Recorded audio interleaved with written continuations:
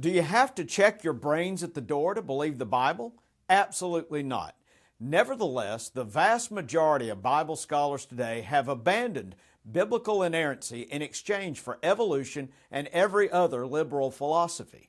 In this short clip, we're going to see Bob Wilkin, a trained Bible scholar, admit that in the last 40 years, conservative Bible scholarship has completely reversed course on the doctrine of biblical inerrancy. This clip is from Part 8 of our series, The Battle for the Bible.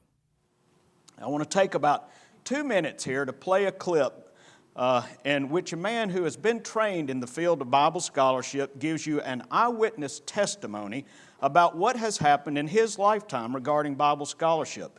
Bob Wilkin has his PhD and master's from Dallas Theological Seminary. Dallas is a dispensational school that was started about 100 years ago. And it was at one time a very conservative school, and a lot of men came out of Dallas that have done some good. But this is his testimony about what he's seen since the late 70s. And there's a big shift I've noticed between what I learned 30, 35, 40 years ago and what's being taught by most New Testament scholars today. Now, when you think of words like, for example, insufficient, insufficient means not sufficient, right? Ineffective means not effective. So inerrancy means not errancy, no errors.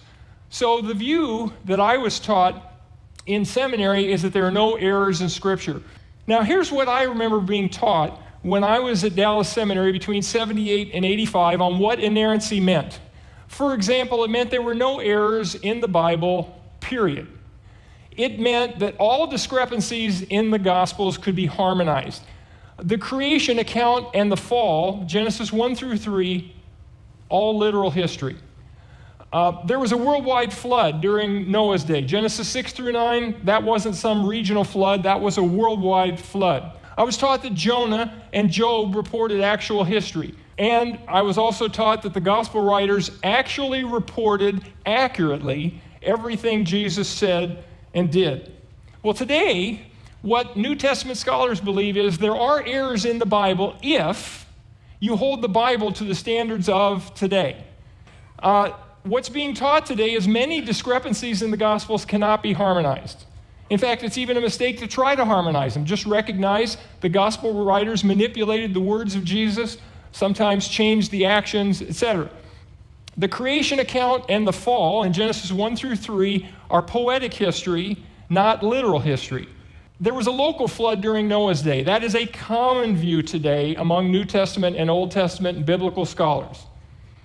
Jonah and Job are or may be fictional characters. In other words, Job may be a morality play. Jonah may be just a big parable. The meaning of what Jesus said, in some cases, has been changed so that the gospel writers don't always stick with what Jesus actually said. So that's the state of things today. He's an eyewitness. He's lived through this. And of course, this has been going on much longer than just back to the 70s, but this is a conservative school that's gone that way. And the amazing thing that he points out, if you watch the rest of this video or get into the point that he's making here, is that some of these scholars still claim that they believe in inerrancy. And they do so just by changing the definition of what inerrancy means. And one of the things that does encourage me about this clip is that as little as 40 years ago, there were highly educated people who believed and stood on inerrancy. And the fact is, there have been many serious, highly intelligent, highly educated men and women who have believed the Bible. They want us to believe that we have to check our brains at the door to believe in our Bible, but that is absolutely not true.